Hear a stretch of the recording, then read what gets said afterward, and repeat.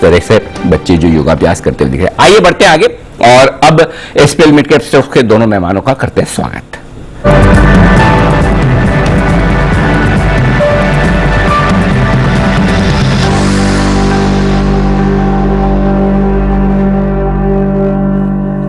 सिद्धार्थ जी और पालवा जी सुप्रभात, आप दोनों को नमस्कार। सिद्धार्थ जी करिए शुरुआत अपनी लॉन्ग टर्म पिक के साथ। सुप्रभात अनिल जी, सुप्रभात दीपांशु और सभी को योग दिवस की बहुत बहुत शुभकामनाएं। इसी के साथ आज जो एसपीएल स्टॉक में जो लॉन्ग टर्म कैटेगरी में है, एम फॉर मार्केट और एम फॉर मयूर यूनिकोटर, ये स्टॉक पे खरीदारी की राय है। मयूर यूनिकोटर मैं कई बार लेके आया हूं इसको दर्शकों के सामने, फिर से लेके आ रहा हूं क्योंकि ये इंपोर्ट सब्स्टिट्यूट की स्टोरी है। Import substitute, good demand in automobile और फुटवेयर सेगमेंट में, साथ ही साथ ह्यूज बहुत बड़ी अपॉर्चुनिटीज है पीयू बिजनेस में। पीयू मतलब वो लेदर का सब्स्टिट्यूट होता है पीयू, तो बहुत बड़े प्लांट्स हैं इसके पीयू में और रोबस्ट एक्सपोर्ट अपॉर्चुनिटी भी है ये कंपनी के पास। एक्सपोर्ट किन कंपनी के थ्रू करते हैं ये? BMW, मर्सिडीज, ये सब बड़ी बड़ी कंपनियों के थ्रू एक्सपोर्ट करते हैं, तो बहुत बड़े ऑर्डर्स हैं। यहाँ पे भी 32% मुनाफों में ग्रोथ उम्मीद कर सकते हैं आने वाले 2 सालों के लिए। मयूर यूनिकोटर, अगर सिंपल तरीके से बताऊं तो कार के जो सीट कवर्स होते हैं, फुटवेयर के जो होते हैं, वो पीयू से बनते हैं, तो वो मयूर यूनिकोटर लीडर है और इसका टारगेट होगा 625 रुपए का, 625 इसके टारगेट के लिए। लेकिन ये हमारे विश्वेश जी का एक मासूम सा सवाल है आपके लिए सिद्धार्थ जी, जो आपने कहा कि ये मयूर यूनिकोटर्स जो क्या बनाते हैं, पीयू क्या बनाते हैं, कौन सा प्रोडक्ट बताया आपने जो लेदर का सब्स्टिट्यूट है? पीयू। हाँ, तो ये क्या, ये बहुत वो जिम में जाते रहते हैं और एक्सरसाइज करते हैं, साइकिलिंग वगैरह सब कुछ करते रहते हैं, कई बार गिर पड़ जाते हैं, इनकी स्किन छिल जाती है, तो क्या ये कभी स्किन छिल जाए तो वहां पीयू लगा सकते हैं? विश्वेश जी ऐसा पूछ रहे हैं। नहीं, ये तो ऑटोमोबाइल के लिए है और ये फुटवेयर के लिए है, हम इंसानों को लगाने के लिए नहीं है। विश्वेश जी आपका सवाल गलत।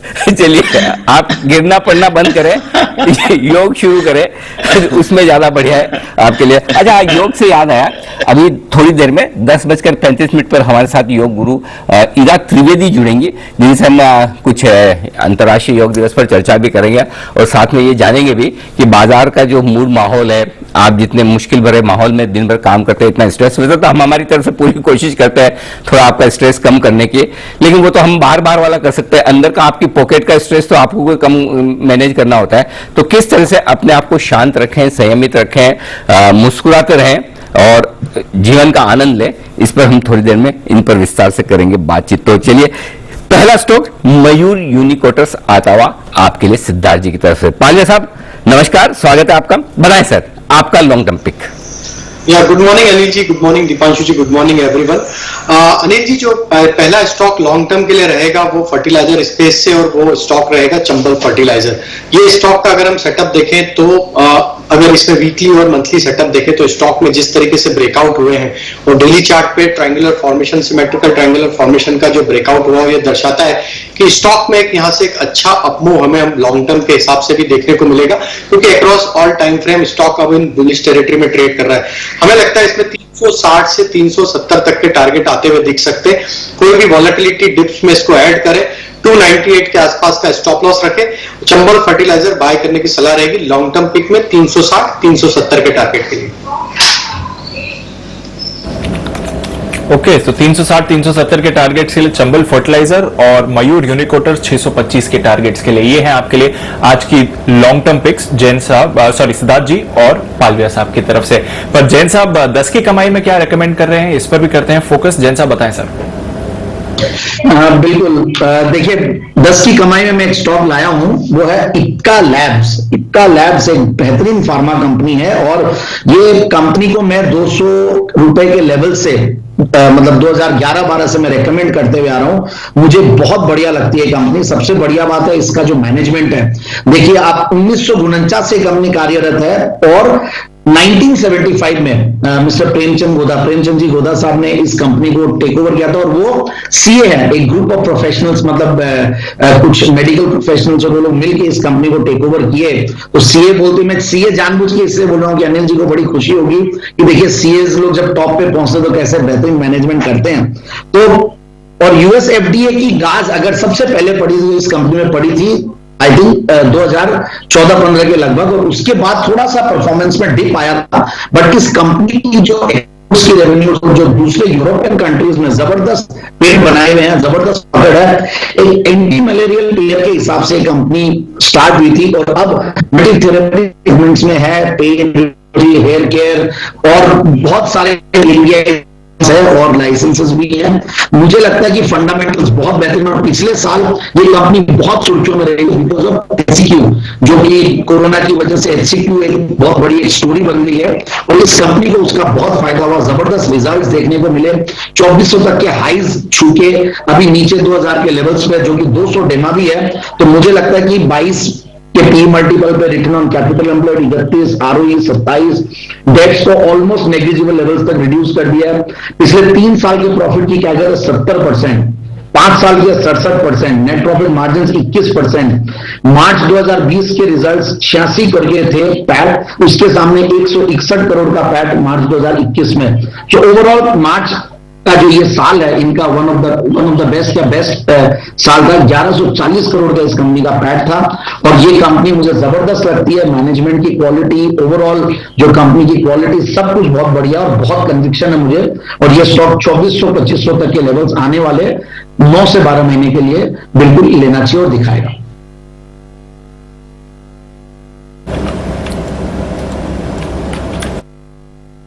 ₹2,2500 तक के टारगेट के लिए करें खरीदारी, ये है राय आपके लिए इप्का लैब में जैन साहब की तरफ से आती हुई दिख रही है। आइए बढ़ते आगे, एसपीएल मिड कैप स्टॉक्स में पोजिशनल पिक का वक्त है। राजेश जी बताएं सर, आज के लिए आपका पोजिशनल स्टॉक। तो जी अनिल जी, तो पोजिशनल पिक जो रहेगा वो रहेगा सीमेंट पैक से इंडिया सीमेंट का। ये स्टॉक का अगर हम सेटअप देखें तो स्टॉक में जिस तरीके से एक रैली होने के बाद अब एक करेक्शन हमने पिछले कुछ दिनों में देखा, स्टॉक ने वापस उस करेक्शन में बेस बनाया करीब 180 के आसपास।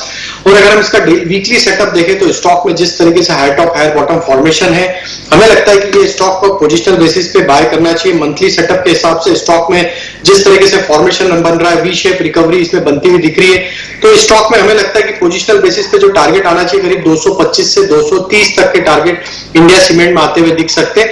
तो इसमें हम स्टॉप लॉस जो सजेस्ट करेंगे वो करीब आएगा 185 के आसपास। तो 195 190 ये एक रेंज रहेगी जिसमें बाय एक्यूमुलेट करें, 185 स्टॉप लॉस रखें और इंडिया सीमेंट के टारगेट हमें पोजिशनल बेसिस पे लगते 225 से 230 तक के।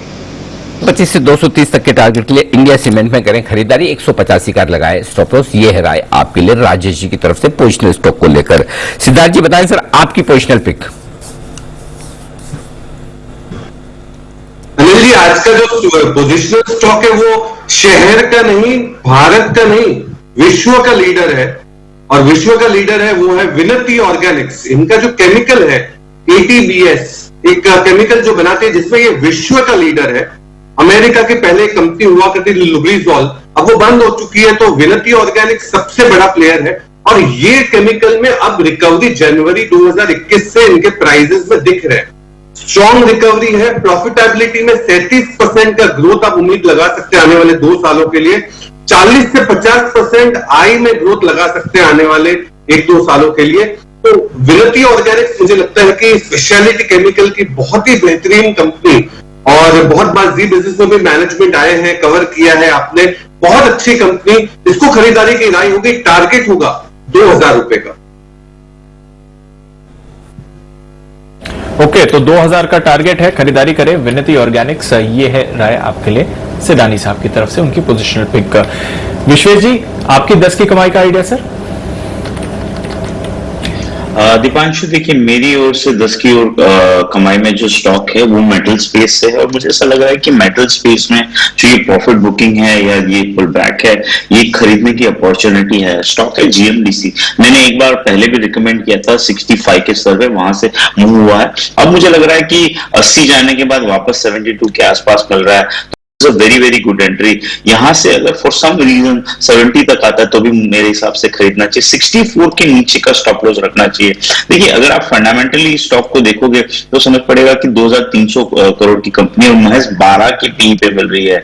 और जिस हिसाब से ग्लोबल मेटल प्राइसेस का साइकिल टर्न हो रहा है, global volatility in the iron और प्राइसेस एक बार सस्टेन हो जाए, एक बार थम जाए, उसके बाद में मुझे लगता है कि the stock is likely to go very very fast from the current level. और दूसरे सारे पैरामीटर पे भी मुझे ऐसा लग रहा है कि this stock from a medium term perspective is looking very very good. जो एक इंटरेस्टिंग चीज जो मैं देख रहा हूं वो ये है कि book value of the company is 140 rupees के आसपास चल रहा है, तो margin of safety is tremendous है। On a very long term chart अगर आप देखोगे 1.5 साल का चार्ट, तो बहुत ही लार्ज स्केल का एक इन्वर्टेड हेड एंड शोल्डर बना है जिसका टारगेट 115 आ रहा है। तो मुझे लगता है टारगेट अबो 100 के लिए यहाँ पे जीएमडीसी को खरीदना चाहिए। 70 तक मिलता है तो और अक्यूमुलेट करे। 64 के नीचे का क्लोजिंग बेसिस पे स्टॉप लॉस ना, डेली क्लोजिंग बेसिस पे मुझे लगता है 100 प्लस के टारगेट के लिए इसको डेफिनेटली बाय करके रख सकते हैं। ओके, तो जीएमडीसी यहां पर रखिए नजर, ट्रिपल डिजिट में जा सकता है ये काउंटर। विश्वेश जी की है ये पसंद। चलिए, कुछ बेहतरीन पिक्स हमारे एक्सपर्ट्स दे चुके हैं, कुछ बेहतरीन पिक्स और देने वाले हैं, पर उससे पहले समय एक छोटे से ब्रेक का। जल्द लौटेंगे हम।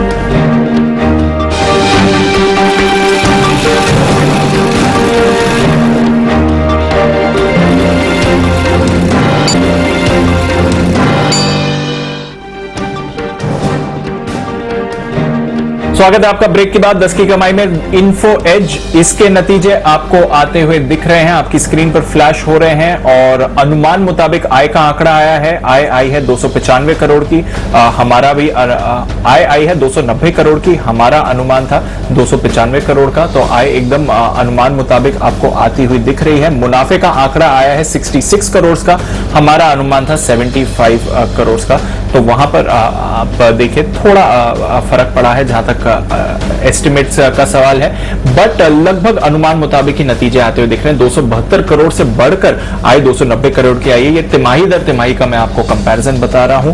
वहीं अगर आप देखें तो 70 करोड़ से घटकर मुनाफा 66.7 ऑलमोस्ट 67 करोड़ का आप कह सकते हैं आया है। तो हल्की सी गिरावट हुई है मुनाफे में, अनुमान से थोड़ा कम है मुनाफा, आय अनुमान मुताबिक आपको आती हुई दिख रही है। कामकाजी तौर पर 27% के हम मार्जिन का अनुमान लगा रहे हैं, कामकाजी मुनाफे में 80% की बढ़त का अनुमान लगाया जा रहा है। अन्य आय की अगर आप बात करें 40 करोड़ की अन्य आय आती हुई दिखी है 31 करोड़ के सामने। तो अनिल जी, लगभग अनुमान मुताबिक ही नतीजे आते हुए दिख रहे हैं। इन्फो एज के तिमाही दर तिमाही देखें, थोड़ी सॉफ्टनेस जरूर है जहां तक मुनाफे का फिगर है, पर ठीक ठाक नंबर्स आते हुए दिख रहे हैं, ऑलमोस्ट अनुमान मुताबिक सर। बिल्कुल, और ये है नतीजा आपके सामने, लेकिन दमदार तोड़फोड़ रिजल्ट्स की अगर आपको उम्मीद थी जिस तरह का दाम है तो वैसा नहीं है, क्योंकि आय में कुछ अन्य आय का आंकड़ा भी है। 40 करोड़ अन्य आय का आंकड़ा आता हुआ दिख रहा है। अगर उसे निकाल कर देखेंगे तो फिर आय का आंकड़ा भी आपको उतना मजबूत नहीं दिखेगा।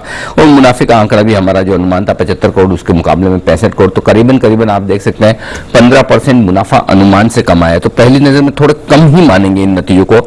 मार्जिन मेंटेन करने में कंपनी कामयाब रही है, लेकिन मुनाफे का आंकड़ा भी कम आया और जो आय बढ़कर आई है उस आय के बढ़ने में योगदान थोड़ा ज्यादा अन्य आय का भी है, जो आपकी स्क्रीन पर इस वक्त फ्लैश होता हुआ दिख रहा है। तो 66 करोड़ का मुनाफा 70 करोड़ से घटकर आया है, ये आपके लिए है। और ये आंकड़े आपकी स्क्रीन पर 70 करोड़ से घटकर 66 करोड़ मुनाफे का आंकड़ा, आय बढ़ी है, लेकिन अगर 40 करोड़ आप निकालेंगे अन्य आय का आंकड़ा तो मेरे ख्याल से फिर वो 250 करोड़ के आसपास की आएगी, जो कि आय भी घटकर आई है। हमारा अंदाजा 295 करोड़ का था, तो उस लिहाज से आय मुनाफे दोनों के एंगल पर, दोनों के मोर्चे पर ये आंकड़े थोड़े से आपको कम नजर आएंगे। कामकाजी मुनाफा हमारा अनुमान 80 करोड़ का था, तो एक बार वो भी देख लेंगे। मार्जिन चूंकि मेंटेन है। अच्छा, कामकाजी मुनाफा भी घटकर आया 53 करोड़। तो दीप, अब तो जो डिटेल में देख रहे हैं तो ये सारे पैमाने पर नतीजे कमजोर नजर आ रहे हैं। एडजस्टेड रेवेन्यू उम्मीद से कम है। कामकाजी मुनाफा सिर्फ 53 करोड़ आया है, जबकि अंदाजा 80 करोड़ का था, 68 करोड़ से भी घटा है, तो तिमाही दर तिमाही घटा भी है। तो हर एक पैमाने पर नतीजे कमजोर दिख रहे हैं अब। और अगर मुनाफे का आंकड़ा भी आप देखें तो 75 करोड़ की जगह 65 करोड़ का आता हुआ दिख रहा है, तो कमजोर है नतीजे। मुझे लगता है कि यहाँ पर स्टॉक में जो आप कमजोरी बनती हुई दिख रही है वो इसी लिहाज से बनती हुई दिख रही है। जरा एक बार जल्दी से चार्ट चेक लिया जाए कुणाल जी से। कुणाल जी बताएं इन्फो एज।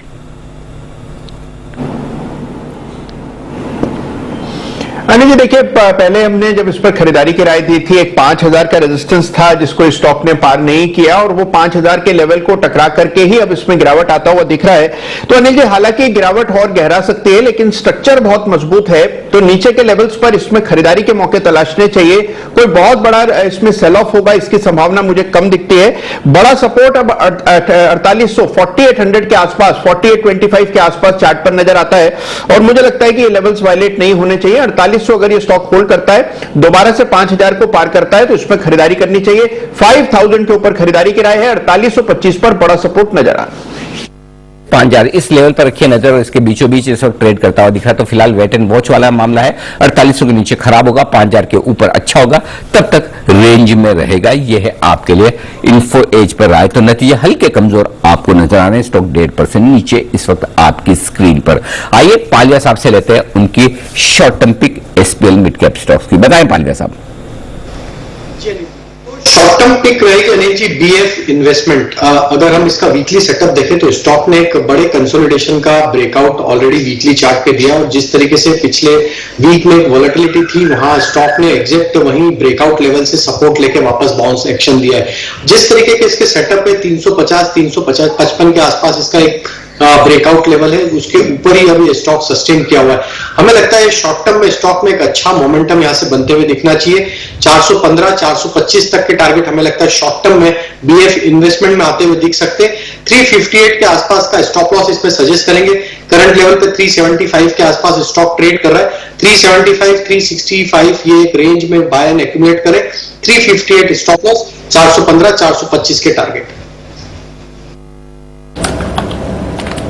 ओके तो ये है आपके लिए बीएफ इन्वेस्टमेंट। पालविया साहब की तरफ से खरीदारी की राय आती हुई दिख रही है। इस स्टॉक पर पहले भी हम चर्चा कर चुके हैं और एक्शन में आते हुए आपको दिख सकता है। बीएफ इन्वेस्टमेंट इस पर है राय इस समय पालविया साहब की तरफ से। इस बीच info as per Anil ji एक और फैक्टर भी है। 3.25 करोड़ का एक एक्सेप्शनल लॉस भी है कंपनी की तरफ से। कुछ स्टार्टअप्स की इन्वेस्टमेंट्स हैं जिसकी वजह से उन्होंने ये प्रोविजन किया है। तो छोटा अमाउंट है बट डेफिनेटली मुनाफे में इसका भी असर आते हुए दिख रहा है। 3.25 करोड़ का एक एक्सेप्शनल आइटम भी, एक्सेप्शनल घाटा भी है। स्टार्टअप्स की इन्वेस्टमेंट्स का कुछ प्रोविजन कंपनी ने किया है, तो एक और फैक्टर जो सुस्ती में कंट्रीब्यूट कर रहा है। पर आइए कुछ राय लेते हैं जहां तक शॉर्ट टर्म पिक्स का भी सवाल है हमारे एक्सपर्ट्स की तरफ से। सिरानी साहब बताएं आपकी शॉर्ट टर्म पिक क्या रहेगी?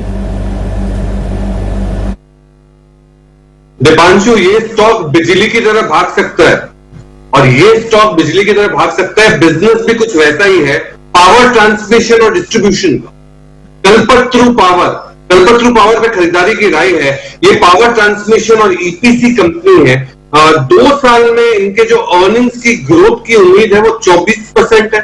अगर वैल्यूएशन की बात करें तो करीबन 10 के आसपास का प्राइस टू अर्निंग्स है FY22 का। डेट फ्री कंपनी है स्टैंड अलोन बेसिस पे और करीबन 14,000 करोड़ का ऑर्डर बुक है। कल्पतरू पावर ट्रांसमिशन और डिस्ट्रीब्यूशन की कंपनी खरीदनी चाहिए। टारगेट होगा 466।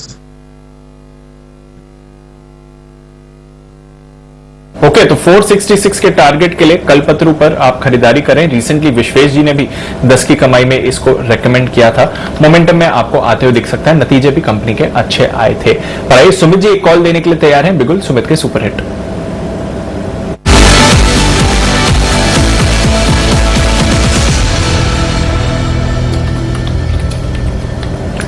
बताएं Sumit ji. IDFC first bank के अंदर मोमेंटम बिल्डअप हो रहा है। 57.60 का अभी भाव चल रहा है। आईडीएफसी फर्स्ट बैंक पिछले 5 से 6 दिन की गिरावट के बाद आज लोअर लेवल से एक अच्छा रिबाउंड दिखा रहा है और जिस तरह से बैंकिंग स्टॉक्स और बैंक निफ्टी में रिबाउंड देखने को मिल रहा है, आईडीएफसी फर्स्ट बैंक पीछे नहीं रहेगा। ये पिछले कुछ दिनों से कंसोलिडेट कर रहा है और उसी लेवल से जो गिरावट दिखाया है मेरे को लग रहा है उसका जल्दी यहाँ से एक स्ट्रॉन्ग अपसाइड लुक देखने को मिलेगा। आईडीएफसी फर्स्ट बैंक का जो नीचे में चार्ट के ऊपर सपोर्ट है 55 रुपए 10 पैसे 55 रुपए के आसपास है। तो 55 रुपए के स्टॉप लॉस है आईडीएफसी फर्स्ट बैंक में यहाँ पे सीएनटी पे खरीदारी करें। यहाँ से ऊपर में मेरे को लग रहा है कि IDFC फर्स्ट बैंक के अंदर 60 रुपए का पहला टारगेट बनेगा और 62.5 का दूसरा टारगेट बनेगा। जल्दी ही हफ्ते भर के अंदर ये लेवल देखने को मिलने चाहिए। तो IDFC फर्स्ट बैंक में खरीदारी कर सकते हैं ऑप्शंस के जरिए भी, जिसके अंदर 58 वाला कॉल अभी ₹1.20 पे ट्रेड कर रहा है। नीचे के अंदर इसमें स्टॉप लॉस लगाया 50 पैसे का, ऊपर में टारगेट बनेगा ₹2 से लेके ₹2.5 तक का। जो ऑप्शंस में करना चाहते हैं IDFC फर्स्ट बैंक का 58 का कॉल खरीदारी करें। जो कैश में करना चाहते हैं यहाँ पे CNT पे खरीदारी करें। 60 रुपए से लेके 62.5 तक के लेवल इसी हफ्ते में IDFC फर्स्ट बैंक में देखने को मिलने चाहिए। ओके, तो ये है वो स्टॉक जहां पर आपके लिए खरीदारी करने की राय है सुमित जी की तरफ से। IDFC फर्स्ट बैंक 60 और ₹62.50 पर। आमतौर पर 10:35 का वक्त होता है न्यूज पर यूज का। न्यूज पर यूज भी होगा। पिटी इंजीनियरिंग के टॉप मैनेजमेंट हमारे साथ जुड़ेंगे, एक इंटरेस्टिंग कंपनी, उनसे भी हम बातचीत करेंगे। लेकिन आज बातचीत करने का वक्त है योग से जुड़े बड़े दिग्गजों से, क्योंकि आज हम अंतर्राष्ट्रीय योग दिवस मना रहे हैं। तो हमारे साथ दो खास मेहमान जुड़ेंगी। एक तो ईरा त्रिवेदी जी जुड़ेंगी जो कि जानी मानी योगिनी है, और दूसरी शिल्पा शेट्टी जी जुड़ेंगी जिन्हें तो आप जानते ही हैं, जानी मानी अभिनेत्री भी है और योग के लिए जानी पहचानी जाती है। तो आज हम उन दोनों से करेंगे बातचीत, उनसे करेंगे मुलाकात। बस थोड़ी देर में वो हमारे साथ जुड़ने की तैयारी में है। तो ये आपके लिए आज अंतर्राष्ट्रीय योग दिवस पर हमारी विशेष पेशकश है। आइए तब तक एक बार जल्दी से मैं बाजार का हाल आपको बता दूं, क्योंकि दिन के हाई पॉइंट पर आते हुए दिख रहे हैं बाजार। निफ्टी 15,600 के पार और बैंक निफ्टी 34,350 के ऊपर आता हुआ दिख रहा है। तो ये है आपके लिए इस वक्त। तो दीप, बाजार में अच्छी रिकवरी देखने को मिल रही है इस वक्त।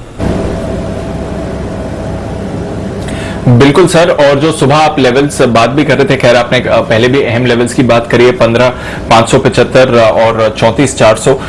फ्राइडे को भी गैप डाउन के बाद अच्छी तरह डिफेंड किए। निफ्टी भी अब 15,575 को अच्छी तरह डिफेंड कर रहा है और 34,400 से ज्यादा दूर नहीं है इस समय निफ्टी बैंक। तो निचले स्तरों से अच्छी रिकवरी आपको आती हुई दिख रही है। बैंक्स का भी योगदान रहा है, कुछ मेटल स्टॉक्स में भी रिकवरी आई है। सेल पर नजर डालिए, अब 1-1.25% ऊपर आपको दिख रहा है। तो जो सेक्टर्स आपने कहे थे पहले रिकवर करेंगे, थोड़ा एटलीस्ट यहां पर संकेत तो दे रहे हैं, पर अभी पूरा दिन बाकी है ट्रेड का, तो देखते हैं वहां पर कैसा एक्शन रहेगा। पर एक स्टॉक जो लगातार मार्केट के फोकस में रहता है और अच्छी खरीदारी निचले स्तरों पर हर बार आती है, गोदरेज प्रॉपर्टीज। आइए जानते हैं मानसी के साथ कि गोदरेज प्रॉपर्टीज में क्या नया चल रहा है। मानसी बताइए। बिल्कुल दीपांशु, देखिए गोदरेज प्रॉपर्टीज ने दमदार बिक्री FY21 में की है। ये जो डेटा आता हुआ दिखा है उसके बाद हम इसमें एक्शन भी देख रहे हैं और अब ये अपने पियर्स यानी कि अपने प्रतिद्वंदी से भी आगे निकल चुकी है। सबसे पहले तो रिकॉर्ड बिक्री अगर समझने की कोशिश करें, FY21 में 6,725 करोड़ की रिकॉर्ड बिक्री कंपनी ने की है, जो कि 14% की ग्रोथ है। पिछले 8 वित्त वर्ष में कंपनी के अगर ट्रेंड की बात करें, 57,000 करोड़ की प्रॉपर्टी कंपनी बेच चुकी है। तो एक बड़ा चंक है, उनकी सेल्स लगातार अच्छी आती हुई दिखी और इस बार जो है आउट परफॉर्म इन्होंने सेल्स में किया है। अब तमाम कंपनियां जो कि इनकी पेयर्स हैं, उनकी अगर परसेंटेज सेल्स की बात करें, ऑफकोर्स रियल एस्टेट में अच्छी रफ्तार देखने को मिली, जिसके चलते सबके परसेंटेज और साथ ही सेल्स FY21 में बढ़े हैं। इन्हें अगर देखें तो मैक्रोटेक डेवलपर्स करीब 9% की बढ़त देखने को मिली है, 6,570 करोड़ की बिक्री इन्होंने की है। प्रेस्टीज एस्टेट ने 5,460 करोड़ की, इसी तरह शोभा लिमिटेड ने 3,137 करोड़ की, DLF ने 3,084 करोड़ की और ब्रिगेड एंटरप्राइजेस ने 2,767 करोड़ की। लेकिन इन सभी के सामने जो रिकॉर्ड बिक्री गोदरेज प्रॉपर्टीज की है वो आउटस्टैंडिंग नजर आ रही है, 6,725 करोड़ की। इसके कारण भी है हाउसिंग मार्केट में मांग लगातार बढ़ रही है, लोग अब घर खरीदना ज्यादा पसंद कर रहे हैं और गोदरेज प्रॉपर्टीज को अपनी ब्रांड इमेज का फायदा मिल रहा है। समय पर प्रोजेक्ट पूरा करने का इनका रिकॉर्ड है, जिसके चलते फायदा मिलता हुआ दिखा और इसी के चलते घर खरीदारों का भरोसा जो है गोदरेज प्रॉपर्टीज पर रहा, जिसका एक रिजल्ट हम देख सकते हैं कि सेल्स बुकिंग रिकॉर्ड लेवल्स पर है।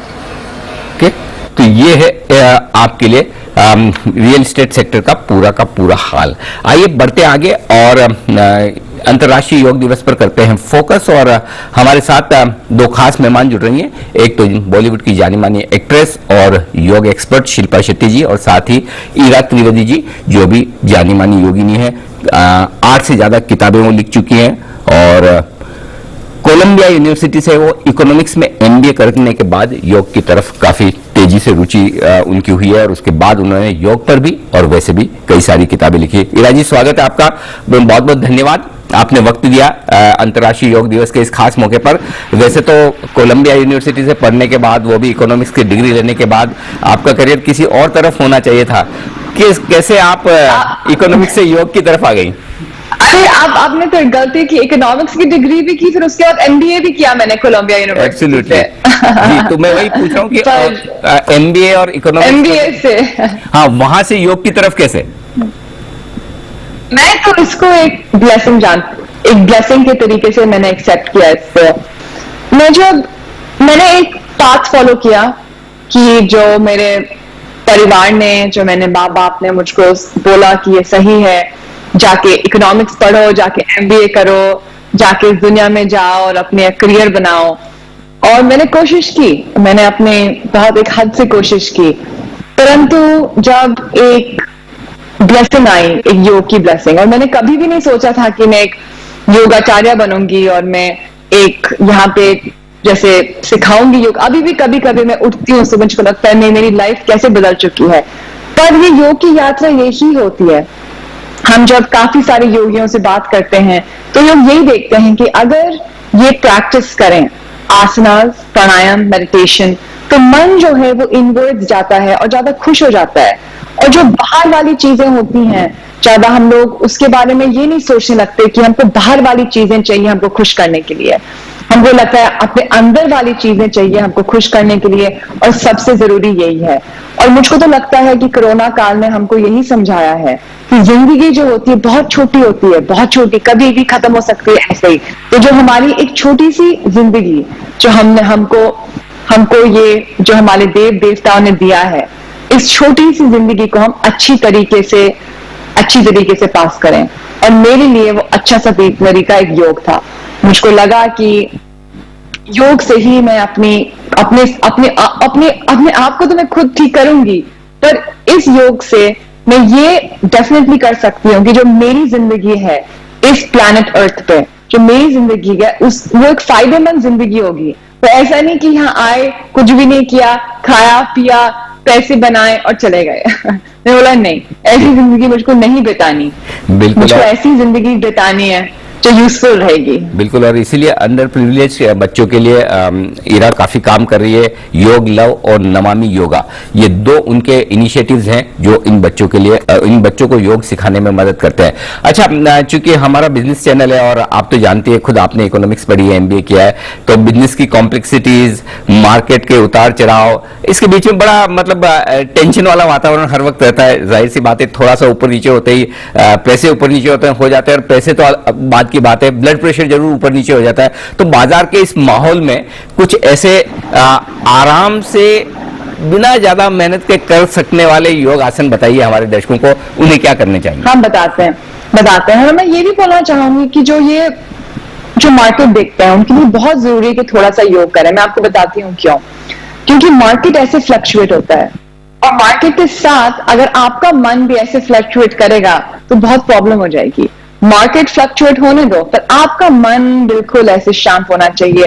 और मैंने बहुत जो बिल्कुल ही सक्सेसफुल स्टॉक ट्रेडर्स होते हैं, मैं उनसे बहुत मिली हूँ न्यूयॉर्क में, जैसे मैंने वहां से अपना एमबीए किया, यहाँ पे भी, और मैंने देखा उनकी इतनी स्थिरता होती है मन की, और ये मन की स्थिरता उनको अपने जॉब पे ठीक करता है। तो योग की यात्रा ये नहीं है कि हम सब कुछ छोड़ के चले जाएं। मेरे यहाँ भी एक बिजनेस हम लोग चलाते हैं, योग लव करके, ये एक ऑनलाइन एक योगा स्टूडियो है, और फिर नमामि योगा हमारा फाउंडेशन है। तो हम लोग भी काम करते हैं, और जो बिजनेस की प्रॉब्लम्स हैं ये मेरी जिंदगी में भी आते हैं। किसी जो जॉब छोड़ के कोई चले गया, किसी ने पैसे नहीं दिए, कोई ये बहुत जैसे बिजनेस के प्रॉब्लम्स होते हैं, कोई पैसे लेके भाग गया, इसके पेमेंट्स नहीं आई, इनवॉइसेस नहीं हुई, ये तो बहुत ज्यादा होता है। तो मैंने सीखा है कि मन की स्थिरता रखना बहुत जरूरी होता है। जो ये इवेंट्स हमारे होते रहते हैं वो तो रोज के रोज होंगे, परंतु अगर हम मन की स्थिरता रखें, मार्केट से नहीं जोड़े अपने मन को अपने बिजनेस से नहीं जोड़े, अपने मन को बस अपने सोल के साथ अगर हम जुड़े रहेंगे, तो फिर हमारी बहुत सक्सेस आएगा हमको। और ये स्पिरिचुअल लेसन्स, मैं आपको ये बताना चाहूंगी कि स्पिरिचुअल लेसन्स और योग के जो लेसन्स होते हैं, ये सबसे फायदेमंद मुझको तो लगा कि बिजनेस में होते हैं।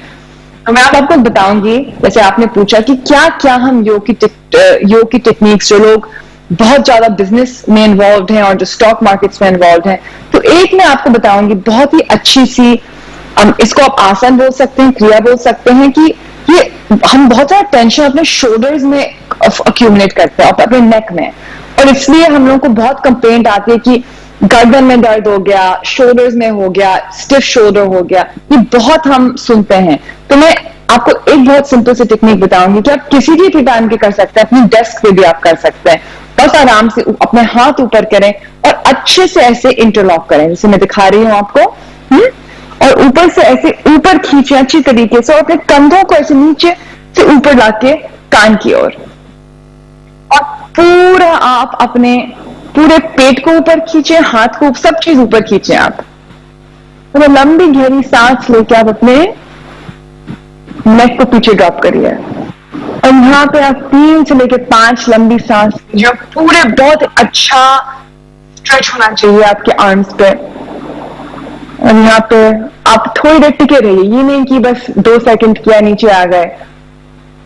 और अपने शोल्डर्स को ऊपर और बस थोड़ा थोड़ा अपने हेड को नीचे, और फिर आराम से आप नीचे आ जाएं और आपको इमीडिएट इफेक्ट आएगा इसका, इमीडिएट इफेक्ट, टेंशन रिलीज होता है। मैं आपको ये एक चीज बताती हूँ जो बहुत ही जरूरी है समझने के लिए, कि जो ये टेंशन होता है, धीरे धीरे टेंशन बिल्डअप होता है और एक दिन वो डिजीज बन जाता है। क्योंकि डिजीज जो है एक ट्रैप्ड एनर्जी है, वही इसको हम डिजीज बोलते हैं।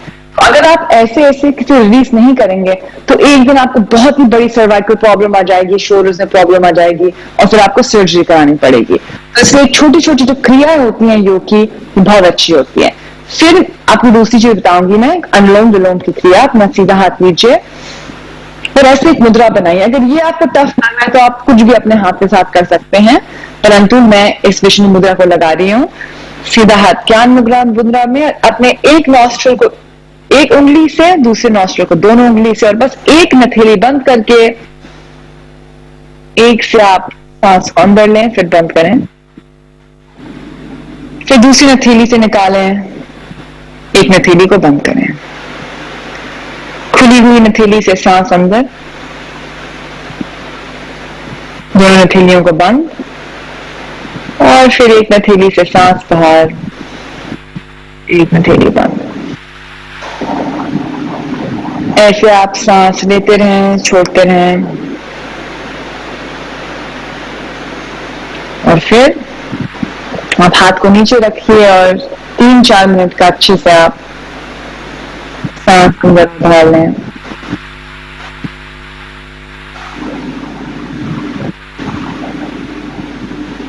और यही हो गया बहुत 2 सिंपल टिप्स और ट्रिक्स, आप इसको कभी भी कर सकते हैं। अगर आप अनुलोम विलोम का बस 2 मिनट का अभ्यास करेंगे, 2 मिनट का, तो इमीडिएटली आपका माइंड शांत होता है। मैं आपको साइंटिफिकली बताती हूँ क्यों। क्योंकि हमारे नर्वस सिस्टम 2 होते हैं। एक तो होता है सिंपैथेटिक नर्वस सिस्टम जो स्ट्रेस से रिएक्ट करता है, और जो ट्रेडिंग वगैरह करते हैं, जो लोग बाजार में इन्वॉल्व होते हैं, उनके कॉन्स्टेंटली उनके बॉडी में एक लो लेवल का स्ट्रेस रहता है। जो हमारा पैरासिम्पैथेटिक नर्वस होता है वो रेस्ट एंड रिलैक्स वाला सिस्टम होता है, और अगर उस वाले सिस्टम में हम लोग डिसीजंस बनाएं तो हमारे डिसीजन भी ज्यादा क्लियर बनते हैं। तो अनुलोम विलोम से आपका एक नर्वस सिस्टम से दूसरा तुरंत स्विच होता है, और जब आपका ब्रेन पैरासिम्पैथेटिक नर्वस सिस्टम से कनेक्टेड होता है तो फिर आपके डिसीजंस भी बिल्कुल ठीक रहेंगे, आप अपने बाजार के अच्छे से डिसीजंस बना पाएंगे, और होपफुली आपके पैसे भी और बनेंगे। ये जो आप बता रही बहुत मुश्किल भी नहीं है। आराम से आप बैठकर अपनी सीट पर ही, अपनी चेयर पर भी आराम से ये कर सकते हैं जो आपको आसन पहले बताया। अनुलोम विलोम करना 4-5 मिनट बड़ा मुश्किल काम नहीं है। लेकिन आइए, हमारे साथ जानी मानी बॉलीवुड एक्ट्रेस शिल्पा शेट्टी जी भी हैं इस वक्त हमारे साथ, तो उनसे भी पूछते हैं। शिल्पा जी, जो इस वक्त कोरोना के वक्त सबसे ज्यादा लोगों को स्ट्रेस हुआ है, चाहे जो लोग घर के बाहर थे और फ्रंटलाइन वॉरियर्स थे, वर्कर्स थे, उन्हें काम करना पड़ा, उनके लिए मुश्किल था, और जो लोग घर में थे तो घर में बंद होने की वजह से भी स्ट्रेस में रहे। तो कोरोना के वक्त ये बताइए किस तरह से योग ने आपकी मदद की है। प्लस काफी लोग ऐसे हैं हमारे ऑफिस में भी जो वर्क फ्रॉम होम कर रहे हैं, तो वर्क फ्रॉम होम की कॉन्सेप्ट में योग किस तरह से मदद कर सकता है? जिस दौर से हम लोग गुजर रहे हैं, it's a very difficult time that we are all going through. We are going through a pandemic. It is actually it's more like a disaster, so you need disaster management. मेरे लिए वो जो प्रेप हो गया था with the practice of yoga, and I think my sadhana has really helped me आपके माध्यम से अगर मैं लोगों तक इस बात को पहुंचा सकूं, it's important to have the right kind of supplementation, balanced meals और discipline in your life, because everything otherwise goes for a toss. तो मैंने बात किया है न्यूट्रिशन, योग के अलावा nutrition, sleep and very importantly Ayurveda. So I am a big believer of Ayurveda. और ऊपर से आप सभी आजकल घर पे अपना काम लेके आ रहे हैं. So you know the lines between your personal life and your professional lives have suddenly blurred. So it must be very, very hard for you to adjust with that as well. So it's important to take out some time for yourselves. Last but not the least, pranayama, to have control on your breath. I don't think there's a better time for a discussion like this than now. You know, ये जो जितने भी हमारे grades लिख कर गए हैं, गेरांडा जी हो, पतंजलि जी हो, तो इन्होंने जो भी लिखा है अबाउट योगा, स्वात्मार्मा जी हो, आई जस्ट फील दैट पढ़ के एक साइड पे रख दिया है हमने. It is so amazing. पहले से हमको पता है what is the meaning of disease. Irana ji ने बहुत खूबसूरती से इसका बयान किया है कि when there is absence of ease from the body, your body is diseased, and the only way to overcome all your physical, psychological, physiological issues is when you have control over your breath. It's so simply put, and that is the basis of yoga. We are in need of better immunity. We are in need of better mental health to cope with the difficult situations that we are going through, to be able to come to use for people who are suffering at this point. I don't think it's possible to gain that kind of strength from any other science or art but yoga. ठीक बात है. तो ये आपके लिए पूरी तरह से योग में आपको किस तरह से वर्क फ्रॉम होम या फिर इस तरह से कोरोना के काल में आपकी मदद कर सकता है. लेकिन शिल्पा जी साथ ही ये बताएं कि ये हमेशा योग और आयुर्वेद के साथ एक बात जो कही जाती है कि खाने पीने का भी कंट्रोल होना चाहिए. तो योग के साथ किस तरह की डाइट होनी चाहिए, उसके बारे में बताएं. ये जो लोग कहते हैं कि 6 बार खाओ, 7 बार खाओ, या कार्ब्स खाओ ही मत, कीटो लो, उनको पीटो, ऐसे डाइट्स पे प्लीज आप निर्भर ना रहें. I live very very simply. मेरी बहुत सिंपल फिलॉसफी है कि जब भूख लगे तब खाइए. ठीक है, आपका जो ब्रेकफास्ट है वो अच्छा खासा होना चाहिए. जब आप काम के लिए निकलती हैं, अगर आपके पास वक्त नहीं है ब्रेकफास्ट बनाने के लिए, तो प्लीज अपने ओट्स को पहले रात को सोक करिए दूध में या कर्ड्स में, और अपने साथ लेकर जाइए. उसमें फ्रूट जो डालना है, बनाना डालिए. कितना टाइम लगता है यार, 5 मिनट लगता है. ठीक है, ड्राई फ्रूट्स अपने साथ लेकर चलिए. तो बहुत ही सिंपल प्लान है. You have to keep a very heavy breakfast, have a very good lunch where you have enough carbs, क्योंकि कार्ब्स का होना बहुत जरूरी है, क्योंकि बिना कार्ब्स के आपको एनर्जी नहीं मिलेगी पूरे दिन को काटने के लिए. खाते पीते रहें, बस खाने पीने के साथ साथ अपनी कैलोरीज बर्न भी करते रहें, योग करते रहें. ये है आपके लिए संदेश ईरा जी की तरफ से भी और शिल्पा जी की तरफ से. आप दोनों का बहुत बहुत धन्यवाद हमारे लिए वक्त निकालने के लिए, इस विशेष दिन हमारे साथ जुड़ने के लिए और हमारे दर्शकों से बातचीत करने के लिए. ईरा जी आपका भी बहुत बहुत धन्यवाद, शुक्रिया. Thank you. तो ये थी हमारी योग दिवस की विशेष पेशकश. और आज दिन पर आप जाने माने योग गुरु और सेलिब्रिटीज के साथ हमारे योग दिवस पर विशेष कार्यक्रम जरूर देखिए जी बिजनेस पर. लेकिन इस विशेष कार्यक्रम में एक और बात जो हम आज करने जा रहे हैं, हमारे कई सारे ऐसे आमतौर पर सेलिब्रिटीज और बड़े बड़े योग गुरु तो आपको इंस्पायर करते हैं. हमने सोचा क्यों ना एक इंस्पिरेशन छोटे बच्चों से ली जाए.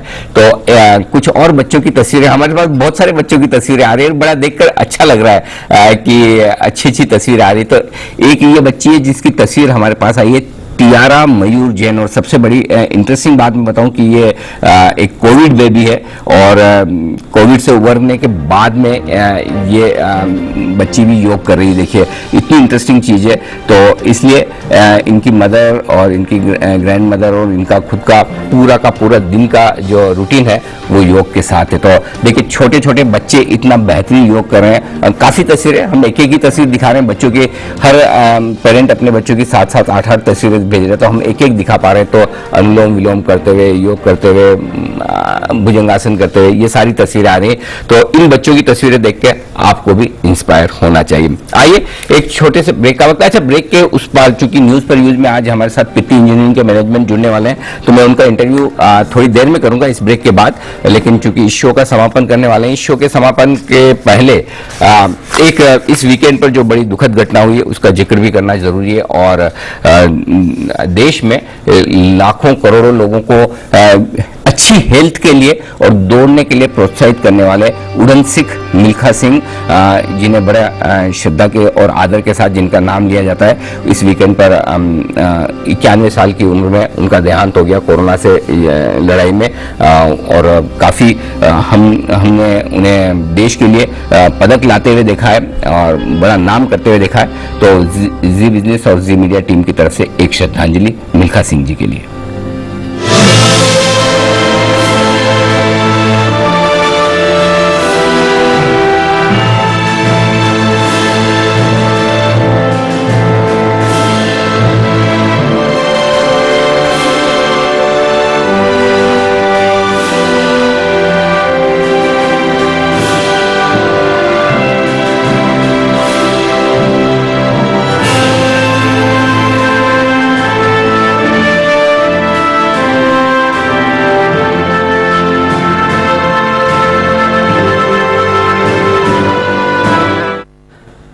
तो हर रोज जब हम शो का समापन करते हैं तो इस समापन में हम देश के प्रति और देश के सैनिकों के प्रति एक सैल्यूट होता है, लेकिन आज का ये सैल्यूट मिल्खा सिंह जी के लिए भी होगा और देश के उन तमाम स्पोर्ट्स पर्सन के लिए भी होगा।